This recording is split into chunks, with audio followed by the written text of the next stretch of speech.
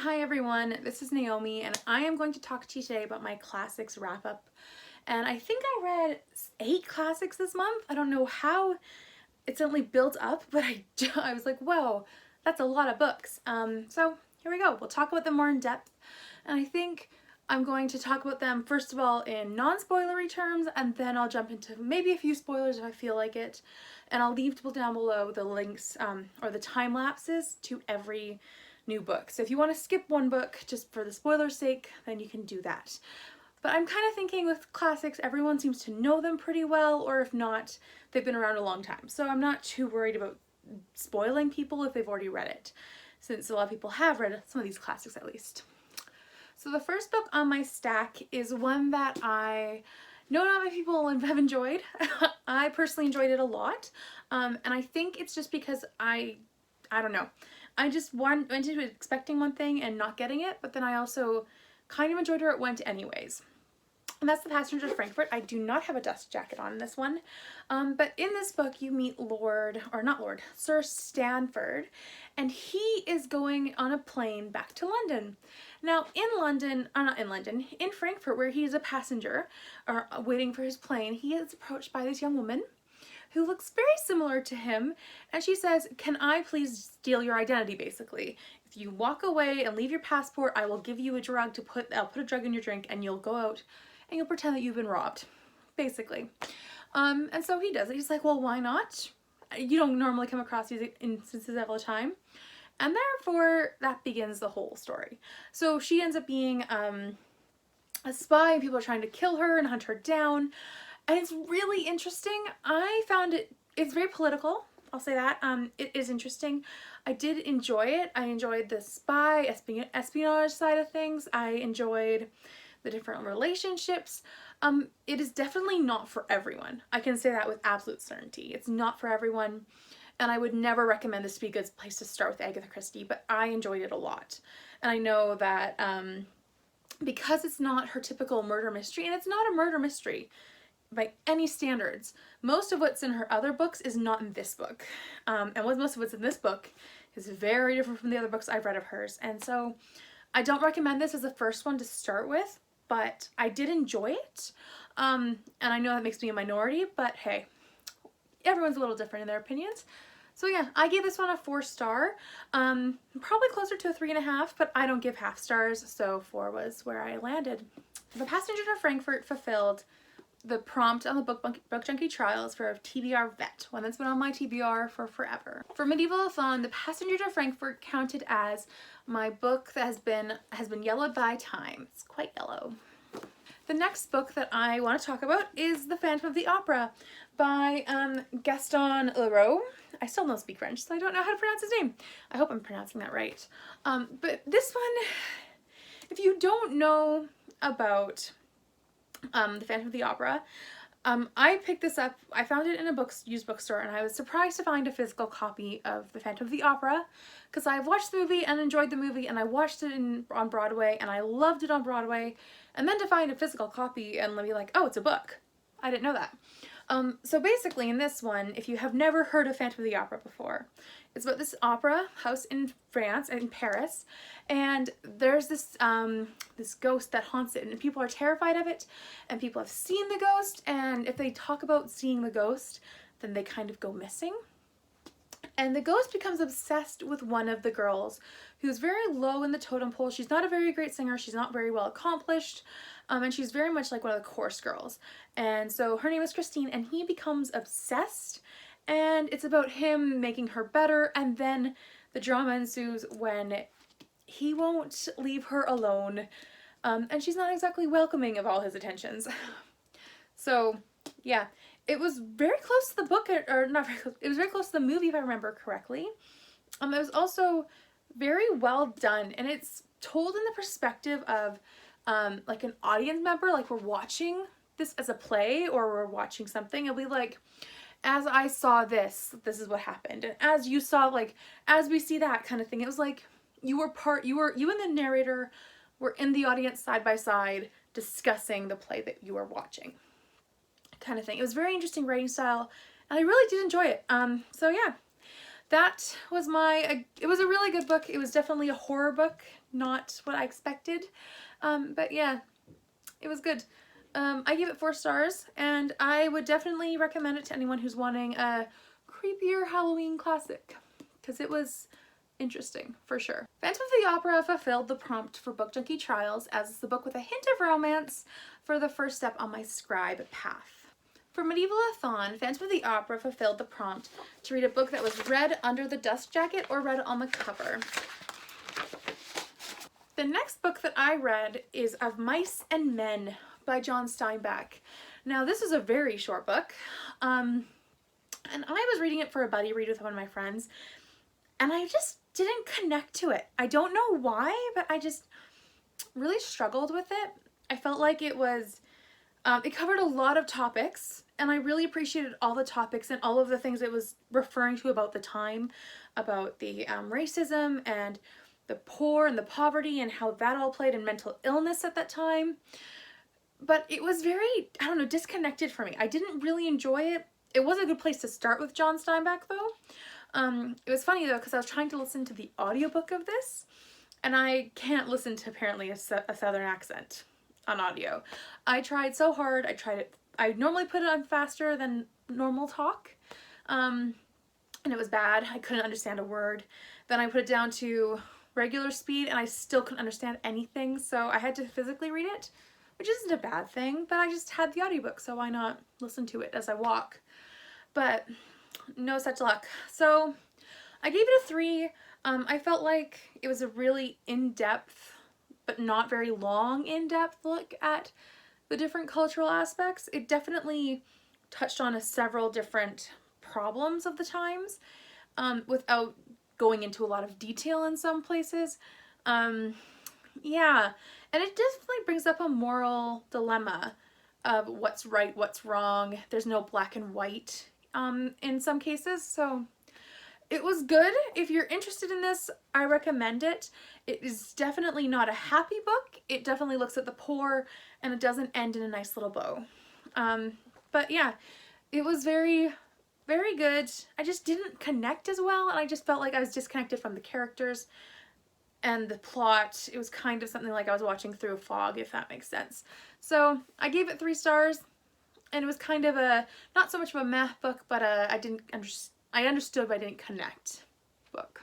Of Mice and Men fulfilled the prompt for gruesome or gritty on my Book Junkie Trials. Not really a classic in the term of everyone knowing it, but it is a classic in terms of how old it is. So I'm going to count it because I'm going to spoil you for my wrap up in next week, but I have read, at least at this point, 16 books this month, so I figured I might as well put it in this video as to take away some time from my next video. So that is Hawaii's Story by Hawaii's Queen by Lilu Okolani. I still got that wrong, I'm positive. But basically it's about her story as she's trying to gain back the throne as the States was annexing Hawaii. And it's very political, it's very, it's not really raw because it's written basically as a letter to the government to say, stop what you're doing and give Hawaii back its royalty. And it was done in a very polite but sincere way, and you can feel the heartbreak at times, but then other times it's very formal and very structured. So I only gave it 4 stars because I kind of just wanted a bit more, but I understand why I couldn't have more. It was really good. It was hard to read how hard her life was and what was expected of her, and then what happened through the process of all of the political uprisings. So yeah, it was really good. If you want to know more about Hawaii's history, definitely read this one. It's worth it to learn more about Hawaii's history, and I was really glad to have read it after the fact. So yeah, very good. I also buddy read this with my cousin Megan, and I'll just link her below because we read a lot of books together, but this one we read together and we definitely enjoyed the process of reading it together. Hawaii's Story was my pick for a book that contained war or political themes. So for the Book Junkie Trials, that's what it was. For Medievalathon, Hawaii's Story counted as my fight for the throne. The next book that I read was Sensibility by Jane Austen. Or the next on my stack, I should say.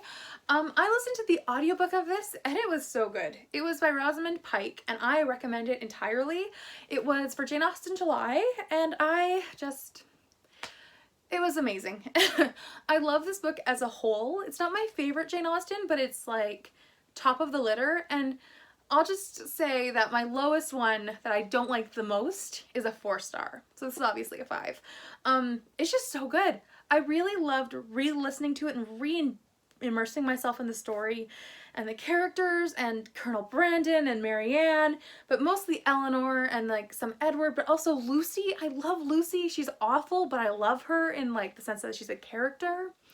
Yeah, basically, if you don't know the story of Sensibility, there is these two sisters, Marianne and Eleanor, who they're basically broke.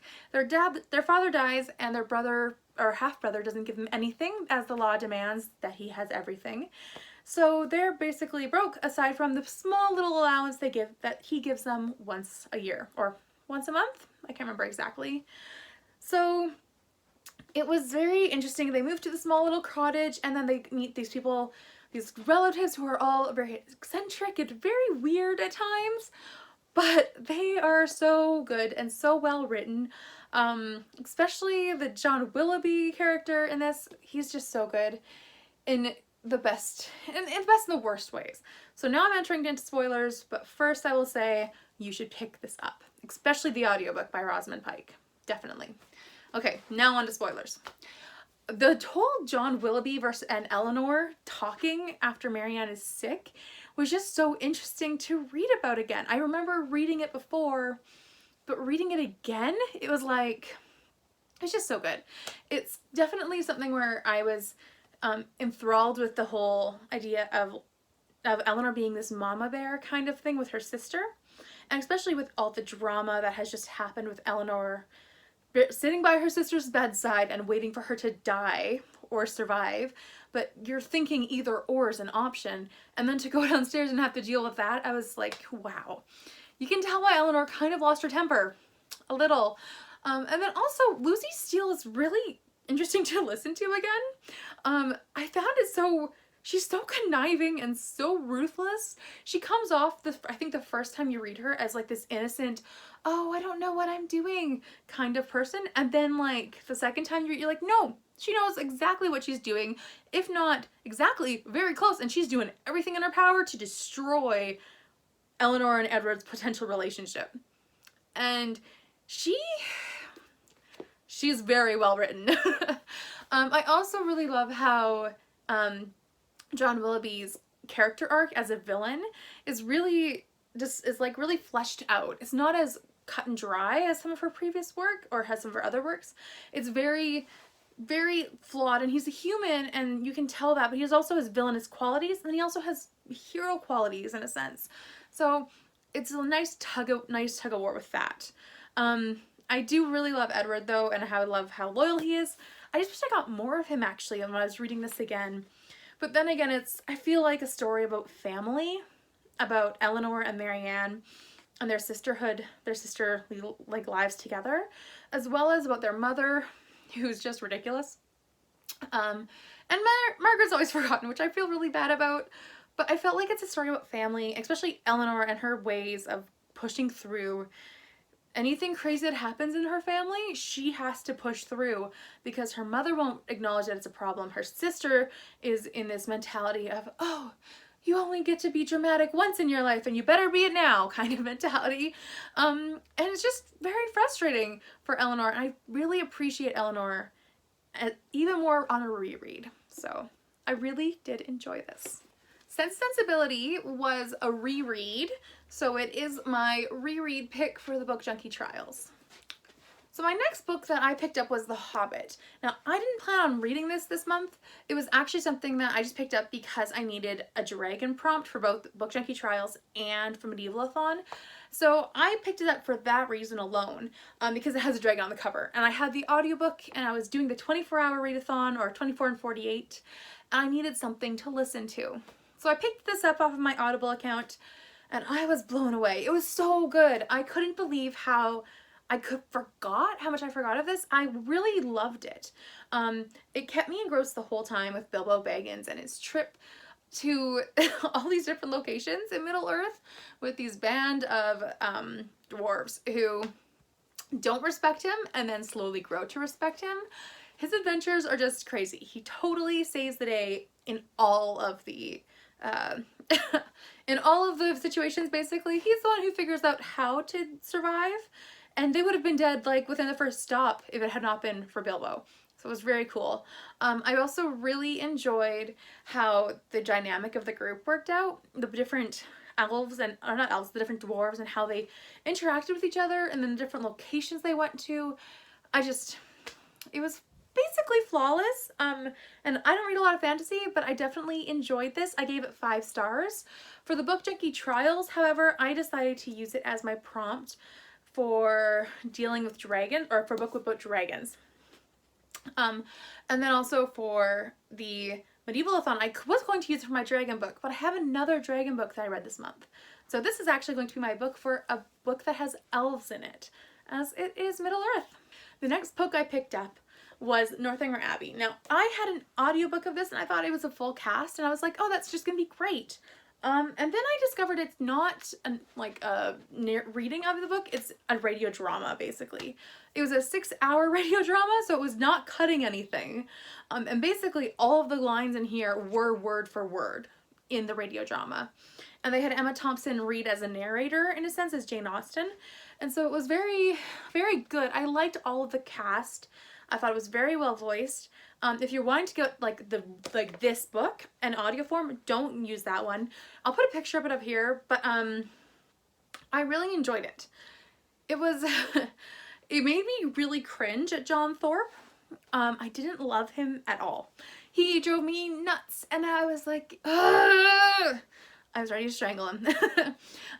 Northanger Abbey is probably my least favorite Jane Austen, just because of how different the tone is and how, in a way, simple the characters are, as opposed to Sensibility, where the characters are very in-depth and like drawn out kind of. This is very, very one note in some characters.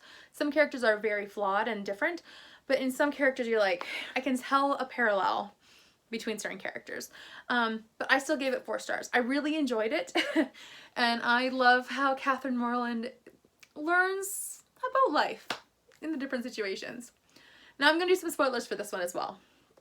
I think in this regard, this one was very different from Sensibility, when you can tell like the villains are like John Thorpe, who's very much just, oh, whatever I say is like exaggerated and I don't really care about anyone or anything but me. And then you have Willoughby, on the other hand, who has a lot of emotions and who actually like cares for Marianne, but then he doesn't, you know, he doesn't follow through, but he still has a heart, where John Thorpe doesn't seem to have a heart. And then even if you look at like Isabella, who's Thorpe's sister, and like Lucy Steele, for example, they're very different in the sense that Isabella is very like simple-minded and childlike, and Lucy is that way too, but she's also more conniving and a lot more, I don't know. It's hard to explain to me, for me at least, how they're different, but this one feels a lot more first book, which it is, of Jane Austen's written work, compared to Sensibility, and I don't know why. But Northanger Abbey is still really good. I just feel like the characters are kind of on the plain side, so I still gave it 4 stars, but it's not my favorite Jane, if that makes sense. Also, for the Book Junkie Trials, I put this in my indulgent read. I really did enjoy my time as a reread and with the full cast audio. And I listened to it during a thunderstorm part of it, so it was a little, very much fitting the mood. The last classic that I read this month was Betsy and the Great World. So this is the first half of this bind-up, and it was very good. I really did enjoy it. I felt like a lot of the things about Betsy and the Great World took me by surprise. It starts off a few years after the last one takes place, Betsy and Joe, and right at the beginning you can tell that something's not right with Betsy and Joe. And it's about her traveling to Europe and discovering the world. basically, or discovering what she can of the world. And she's going in a time, she's going in 1914 when like Germans are starting to take over and like there's a lot of things, and she's going to Germany first. That's her first stop on her itinerary. So it's interesting to look at Europe in light of this book, especially with how she lived there for a year. I don't want to give too much away, but it was very, very good, and I definitely recommend it if you're kind of figuring out if you should continue on to Betsy and the Great World. Totally continue on. It was really good. I really enjoyed it. I think I might have liked it the best out of all the books so far, but then again, I've liked them all, so I did give it 5 stars. Now I am going to talk spoilers about it just for a few minutes. I really did enjoy how Betsy was figuring out how to work in Germany and how it was portrayed, the officers and the culture there and the aristocracy. But then I also really found it interesting when Betsy was escaping from Europe, when she was trying to get free and get a boat ticket and all of those things. It really made me open my eyes to how when war was announced, and she was in England at the time, when war was announced, how in the world people got out. Because I was reading it thinking, how is she going to get out when war is about to start? And then she did. But it was very, very impactful, and I feel like it's a very good piece of like pre-war literature about the risings, and not really all the risings, but sort of like the common people and how they felt in that time before the war happened. And it was interesting to read about the different, like, oh, well, they're, like, the Russians are friends with the French, so they might be involved in the war, and da-da-da-da, and, like, all these different political things were being introduced in this book, and you definitely could see pre-war in this book. Even though it was not the focus, it was at the end, but it was still quite strong. And I loved, just loved the scene about the German officers and their bathroom, and how Betsy stole a bath when they were out, and how they caught her as she was coming out of the bathroom, and it was undeniable, but they let her slide with it because apparently she looked cute in her bathrobe. It was very, very funny to read, but it was also like, that's kind of the power of the German officers as they were, you know, there. So yeah, really recommend. Love this book. For the Book Junkie Trials, I have counted this as my book that takes place at sea as Betsy travels over the water to get to Europe. So that is my Book Junkie Trials at Sea book. So that's the last of my classics that I read this month. And I know it's a lot because this is going to be a long video to edit. And I'm very sorry about the length. But I also want to add in some more. I didn't realize that Classicsathon was happening again by Lucy the Reader. She hosted it a couple of times last year. And so I'm very excited to continue participating, and I'm going to post my TBR in this video for that. Now for that, I have already planned my August TBR basically down to my required books for my newts, which I will link that video below if you want to check out my TBR for then. But I have decided I'm going to be participating in some form with Classicsathon. Now I have looked at my calendar and realized I have a lot of space to time between the first week, which is Used Bookathon, and Thrillerathon, and I have a lot of books I can't read during that time for the sake of readathons and the order I must read them in. So the first book I might be reading, and I'm going to try my best, is Vanity Fair. I know I meant to read this in June, just didn't happen, and I'm hoping to continue in it since I have a good amount of time, I believe, and if I pace myself, I think I can do it. But this is a tentative book, and I'm really hoping I get to it. The other book that I will be reading for sure is Heidi, and I'll be listening to it as an audiobook. I am listening to it at the end of the month, as that is part of my newts TBR, so I'm excited to read this one, and I am very glad that it is a classic, so I can at least participate for sure with one book. So that is my classics wrap up and Classicsathon TBR for the whole of August, and I am very excited. I had a lot of fun with classics this month. I might read more next month, but we'll see. I like to take them as they come and not force any classics on me. If you're not in the right mood, it doesn't really work. So yeah, I hope you enjoyed this video. I enjoyed making it and I really enjoyed talking about my classics, and if you want to talk about them with me in the comments, I would love to do that. If you are not subscribed and you want to subscribe, please do. I do read a fair amount of classics, but I also read a lot of other stuff, so keep your eye out for my my July wrap-up, which will be coming out the first weekend of August, I believe, and that will have all the books that I read, and there are quite a few different books on there. So yeah, I hope that you have a great day, and I look forward to seeing you next time. Bye.